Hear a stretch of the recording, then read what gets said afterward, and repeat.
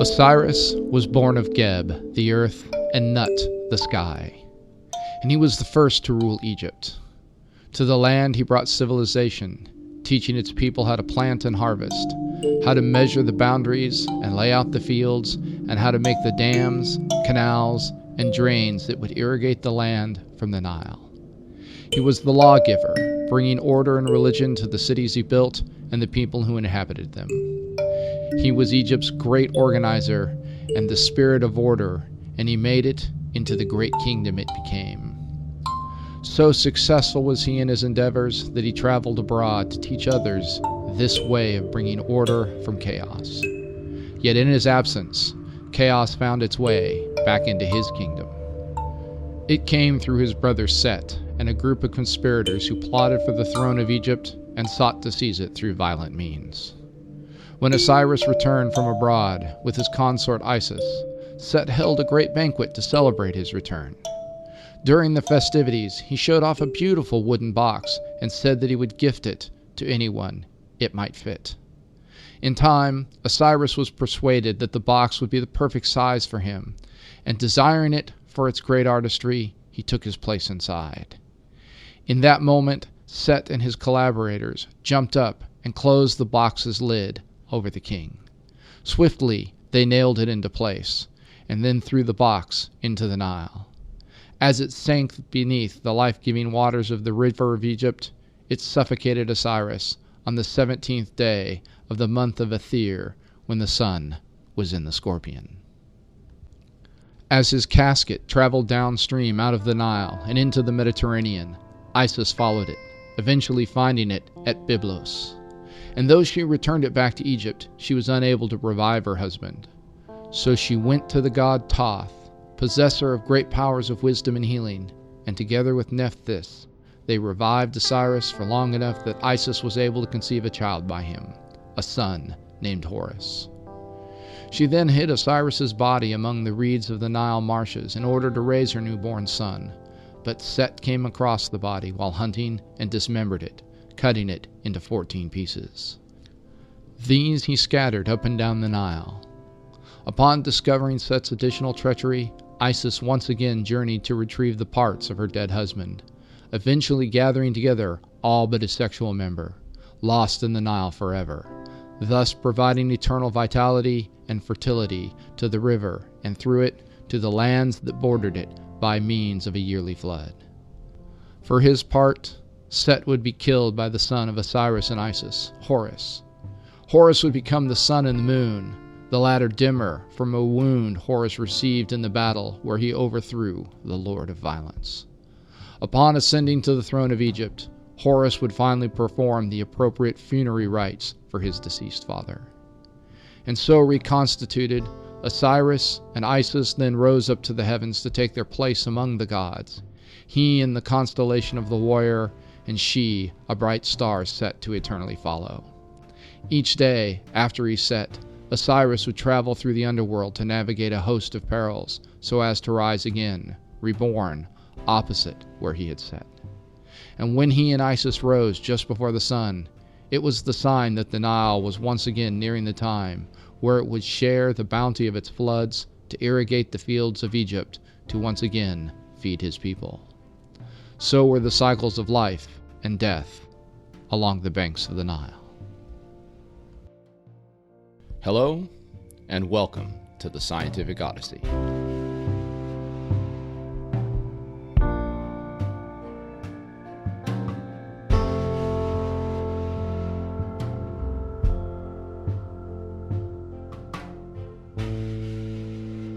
The Scientific Odyssey is a many-part journey into the history and philosophy of science. My name is Chad Davies, and I'm the writer, host, and producer of the podcast, where we consider the ideas, processes, and results of over 2,500 years of scientific inquiry and discovery. Series 3, Finding Our Place. Episode 2, Moon Motions. With calloused hands, I tasted the softness of the moon. In the coldest winds, I discovered my soul's warmest fireplace. In the roughness of his stubble, the tenderest love. Sanobir Khan.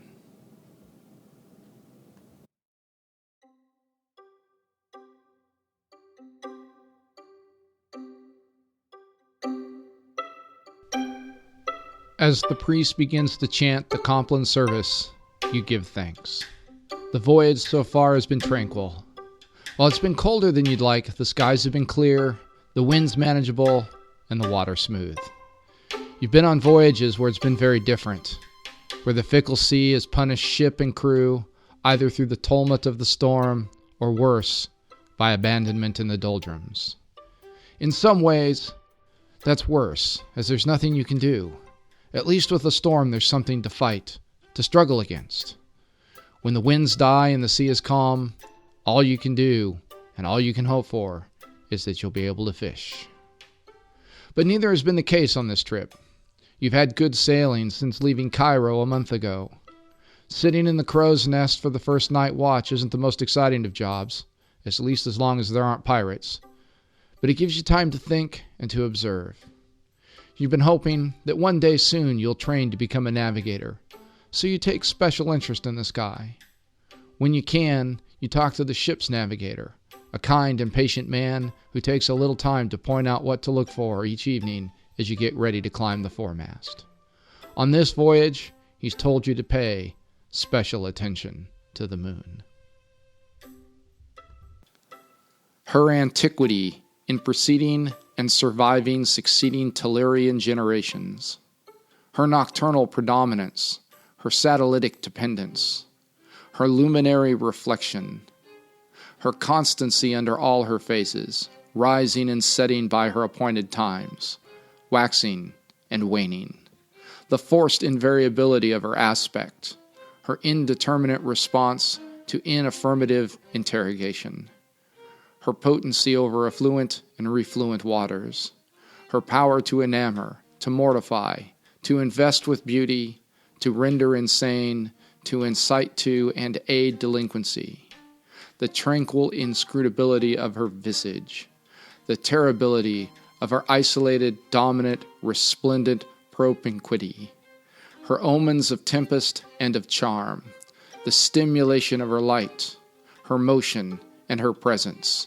the abomination of her craters, her arid seas, her silence, her splendor when visible, her attraction when invisible. James Joyce.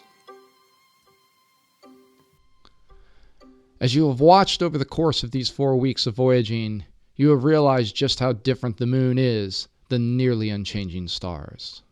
When you set out from the Egyptian port with your cargo of grain and oil, the moon was a horned thing, a crescent that hung delicately over the western horizon, visible just after the sunset, the slender curve of illumination following the sun's brilliant disk down to be swallowed by the sea.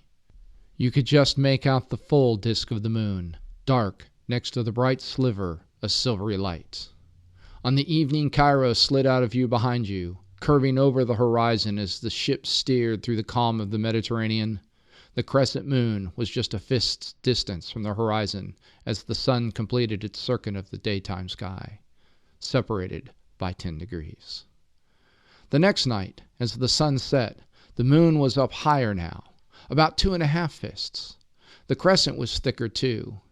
You now recognized that it was stationed against the stars of the constellation Capricorn. It set later than it had the night before, a little more than an hour half after the sun. The following evening, the crescent was again thicker, and the moon was now 4 fists from the sun as the daybringer set. Once more, the moon had moved against the background stars, and for the first time, you realized that it was moving in the sky, not just east to west, rising and setting like everything else, but west to east, against the background stars. Curious to test your idea, you picked a star the moon was close to, and every so often measured the distance between the two using the width of your fingers.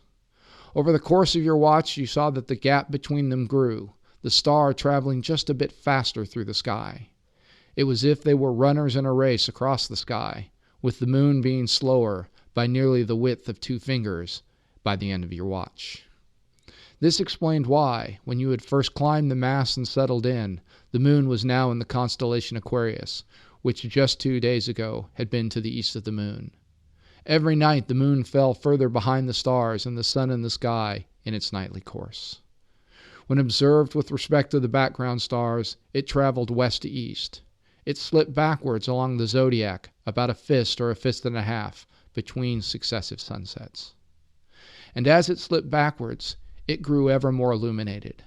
By the 6th day, the disk was half lit and a quarter of a way across the sky when the sun set. On that day, you looked in the opposite direction from Polaris to see the first quarter moon at sunset, due south. The moon was bright enough now that you could see it even when the sun was up, first during the afternoon. On the night of the first quarter, the moon was just setting as you climbed down from your 6-hour watch. When you told the navigator of your observations at the evening mess on the following day, he smiled and nodded. "Good work," he intoned. "Keep watching and take note." As another week passed, the moon continued to wax larger and move away from the sun in the sky. It rose later and later in the afternoon, and now as your watch ended, it was still up above the horizon. As the moon grew brighter, it became harder and harder to pick out the dimmer stars, especially to the south, and you could see further out into the ocean by its light. Finally, on the 14th day from leaving Cairo, the moon was full. The entire disk was illuminated. On that day, the moon rose just as the sun set, and for that night, it ruled the sky alone. It was halfway around the zodiac, resplendent in all of its cold and silvery glory. On the day before, it had been almost full, and you would have thought it to be so had not the navigator pointed out that it had risen while the sun was still a fist's height above the horizon. The next night, too, you might have mistaken the moon as being full had it not risen late. By the time the moon had made its appearance, the sun had set, and its light on the horizon had almost completely faded. It wasn't until the 16th day that you recognized that the moon began to grow smaller, at least in its illuminated portion. Each night, as it continued to wane, it rose later after sunset until on the 21st day it came up only at the very end of your watch. Here, it was 3/4 of the way around the zodiac from the sun, and so it was called a third quarter moon. On that next morning, the navigator woke you just before sunrise when he planned to take a few measurements to determine latitude. As you emerged upon the deck, he was already measuring the altitude of Polaris just before the glowing dawn obscured it from view. As he finished, he pointed out that the moon was due south as the sun rose. The greater disk was now catching up with the waning moon in their foot race across the sky. For the next week, as hard as it was, you woke up each morning for a short time to observe the moon as it and the sun grew closer together. At this point, you recognized that the illuminated part of the moon always faced the sun. 3.5 weeks ago, the crescent had been on the right side of the disk of the moon facing the setting sun. Now the crescent was on the left side of the disk, towards the point of sunrise. Finally, on the morning of an impossibly slender crescent, the navigator asked you which constellation the moon had been in on the first day you observed the crescent. You remembered that it was Capricorn. "Look now," he said, and you were surprised to see the waning crescent almost there now. The moon, he instructed, has nearly made one complete path through the zodiac.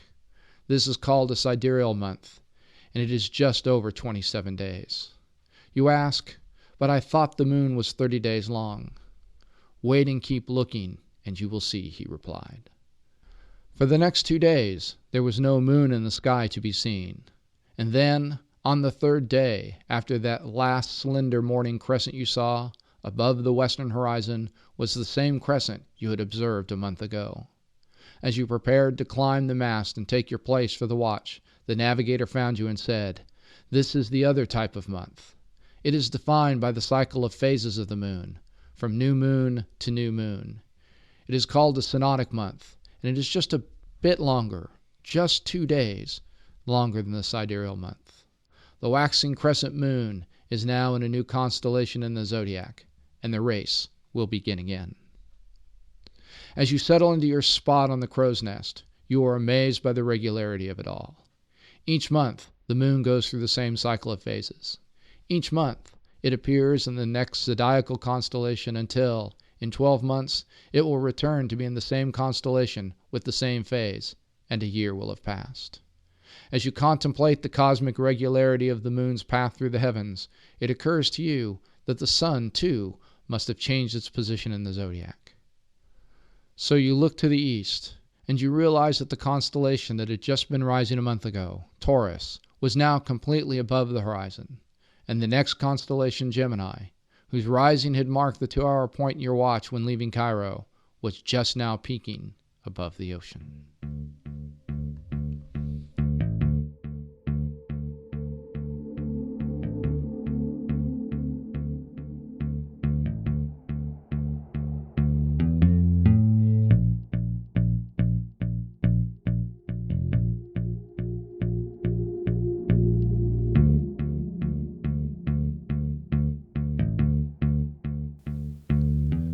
It was lunar symbolism that enabled man to relate and connect such heterogeneous things as birth, becoming, death, and resurrection.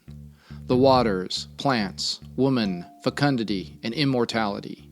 The cosmic darkness, prenatal existence, and life after death, followed by the rebirth of the lunar type, light coming out of darkness.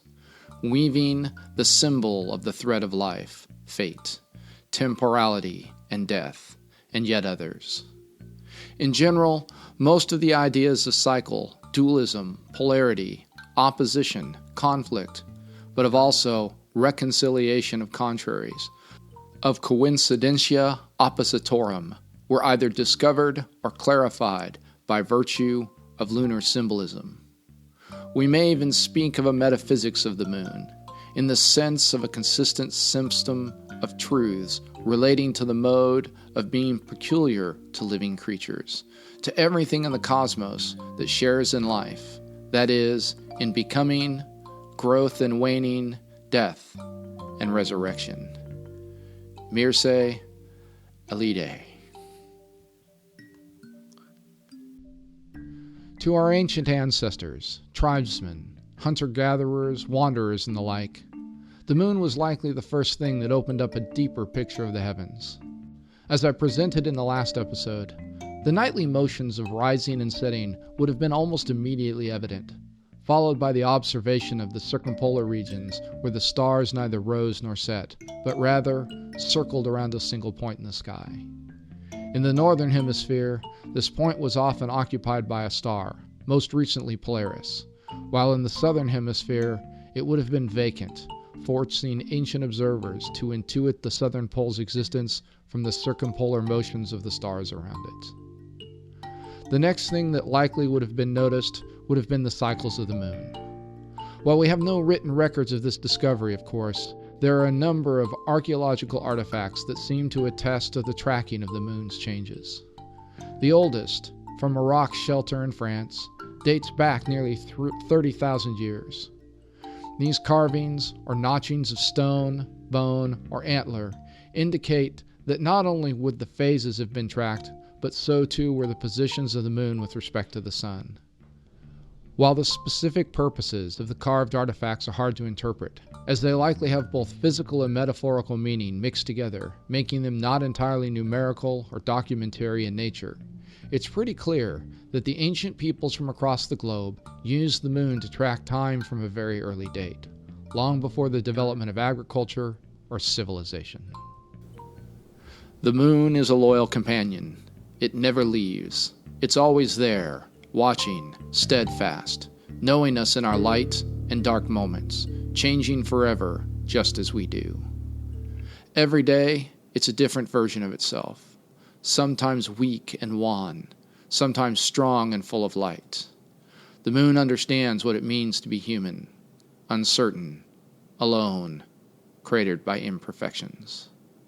Tahereh Mafi.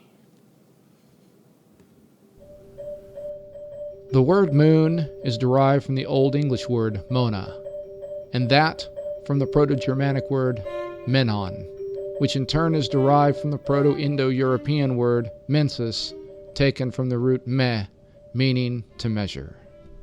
The moon was the first thing that early humans used to keep track of time, probably through an observation of the moon's precession through its phases, beginning with the time when the disk would have been fully illuminated, called the full phase. Over the course of about 13 risings and settings of the sun, the amount illuminated would diminish until the moon disappeared.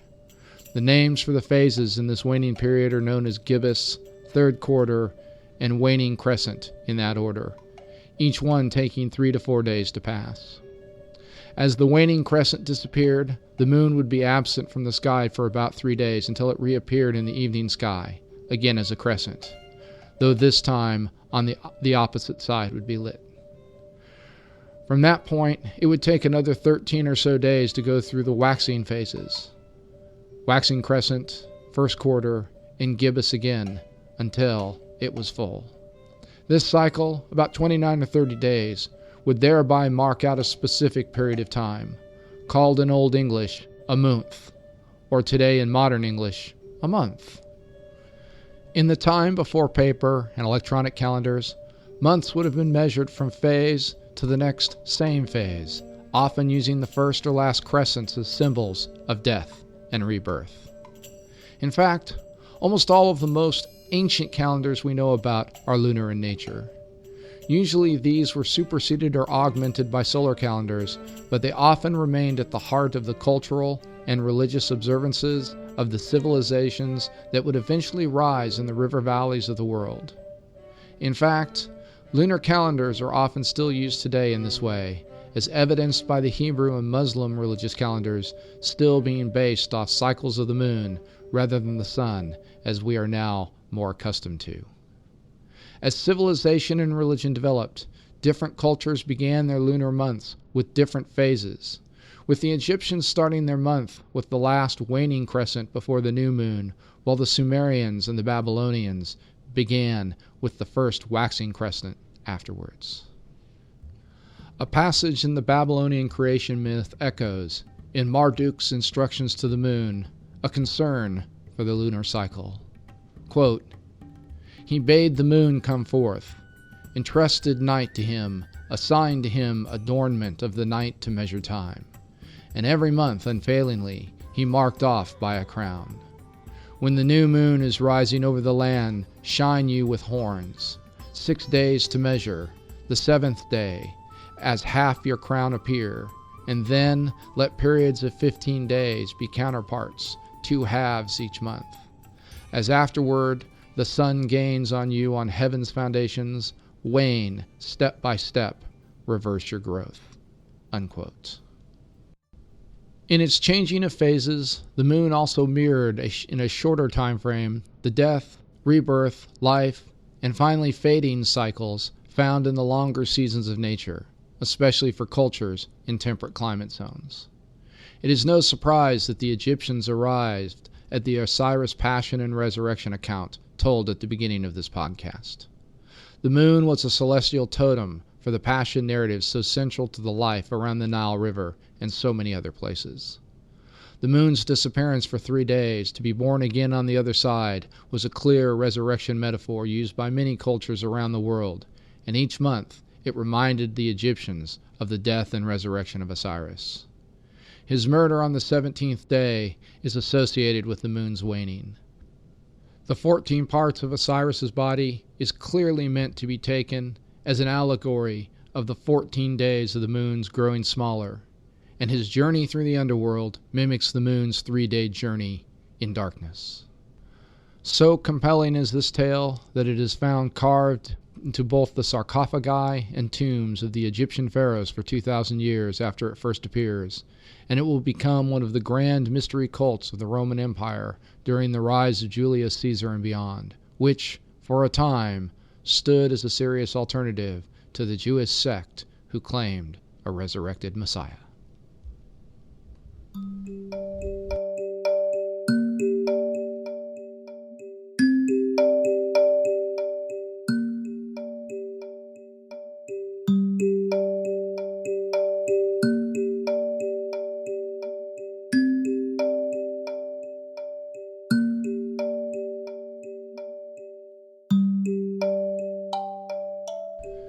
This idea of a journey through a realm tells us that by the time of the Egyptian Old Kingdom, circa 2400 BCE, the mythology had developed to the point where it carried within it the moon's journey across the sky, even as it turned through its phases. In this, the Egyptians would have hardly been unique, as similar lunar journeys are found in the stories of the native tribes and empires throughout the Americas, as well as through Africa. As the description of our apprentice navigator's observations pointed out, the moon does not travel through the sky at the same rate as the background stars. In fact, it moves west to east or backwards against these markers about 13 degrees each day. And just in case my description here might lead to some confusion, I want to be clear in saying that the moon always does rise in the east and set in the west in the same way as the sun and the stars. It just takes longer to get all the way across. This is where the runner analogy is so helpful. If you imagine watching two runners sprinting down a track, and if you only focus on the faster runner and ignore any of the background, the slower runner will look like he's going backwards with respect to that faster runner. In the same way, we can say that while the moon travels east to west in its nightly motion across the sky, it slides backwards, west to east, against the background stars because it's crossing that night sky more slowly. Now, since the stars move about 1 degree in the sky for every 4 minutes, and the moon falls behind about 13 degrees each day, that means the moon will rise about 52 minutes later each night. Over the course of 7 days or 1 week, this adds up to about 90 degrees of motion and 6 hours of time. Hence, the first quarter moon will occur about 7 days after the new moon, and it will be seen due south in the sky when the sun sets in the west. A full moon takes place about a week later than that, and the moon is then opposite the sun in the sky at sunset or 180 degrees away. The name for this configuration is called opposition, and we'll use it again in a later podcast when talking about the planets. Now, if you're careful when making your observations, and you keep track of several successive cycles, something that would have taken some planning and knowledge to do, you would have noticed a couple of things. The first thing that you would have figured out was that the time it took for the moon to return to the place in the sky where it had started was a bit more than 27 days. 27.3 to be fairly precise. That's called a sidereal month. In other words, if you observe the moon in the zodiacal constellation of Capricorn, about 27 days later, the moon would be back in Capricorn. The weird thing, though, is that it wouldn't quite be back in the same phase that it started in. If the moon had been in the first quarter phase the first time you observed it in Capricorn, it would be between waxing crescent and first quarter phase when it got back there. It would take a bit more than 2 additional days before it was back in first quarter, and by then it would have moved about 25 degrees in the sky into the constellation of Aquarius. Now, as we mentioned, the first thing the ancients would likely have measured would have been this period of phases, which comes out to be about 29.5 days, something now called a synodic month. Another thing you would have probably noticed is that the moon is never not found in a belt of constellations around the sky, the aforementioned zodiacal constellations. There are about 12 of these, so as the moon slides through them, as it were, it would take about 12 months, or lunar phase cycles, until you got the moon back to the same constellation, say Capricorn, in the same phase, say first quarter. The 12 months times 29.5 days is 354 days, something pretty close to an actual solar year. The final thing you would likely have noticed is the same thing our erstwhile navigator did. The sun can't have been stationary in the sky either. It too had to move against the background stars and in the same direction as the moon did, though a whole lot more slowly. And that's where we'll pick up in our next regular episode. Now that we've figured out some things about how the moon moves in the sky, we need to spend some time understanding how the sun moves and changes and what effects that motion had. However, before we do that, I plan to release the first in a series of supplemental episodes on how various ancient cultures did and used astronomy in both their religious and practical lives. The first of these will focus on the civilization that grew up along the Nile River and has so captivated the imaginations of all who have encountered it, the Egyptians. In this, we will build on the Isis and Osiris passion narrative to gain an understanding of why astronomy was so important and how it contributed to making and sustaining one of the longest-lasting civilizations in human history.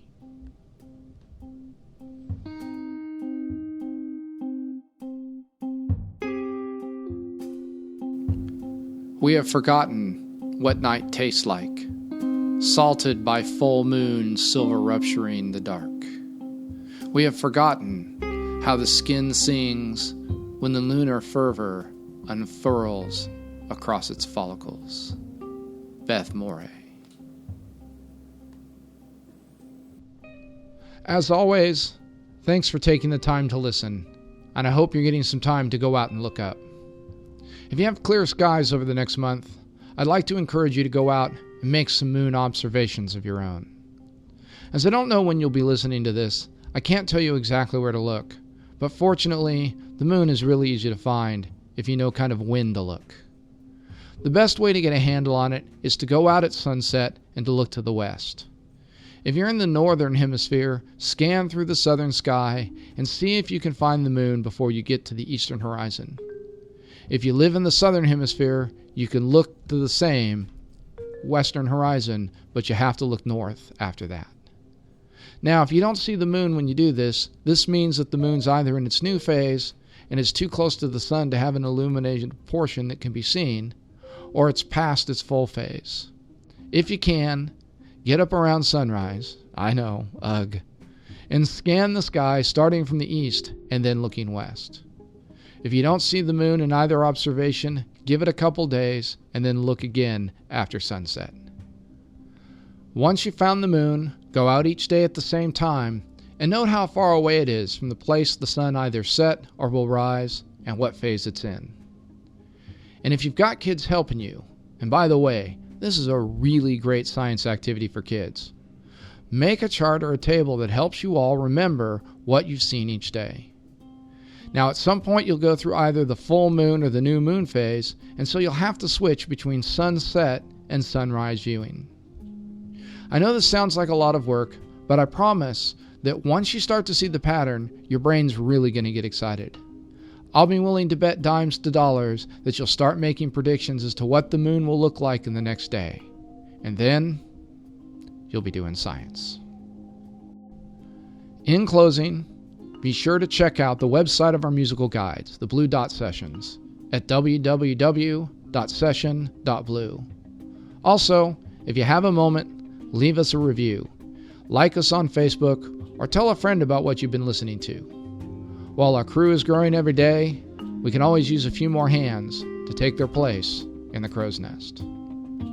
Until next time, full sails on your journey.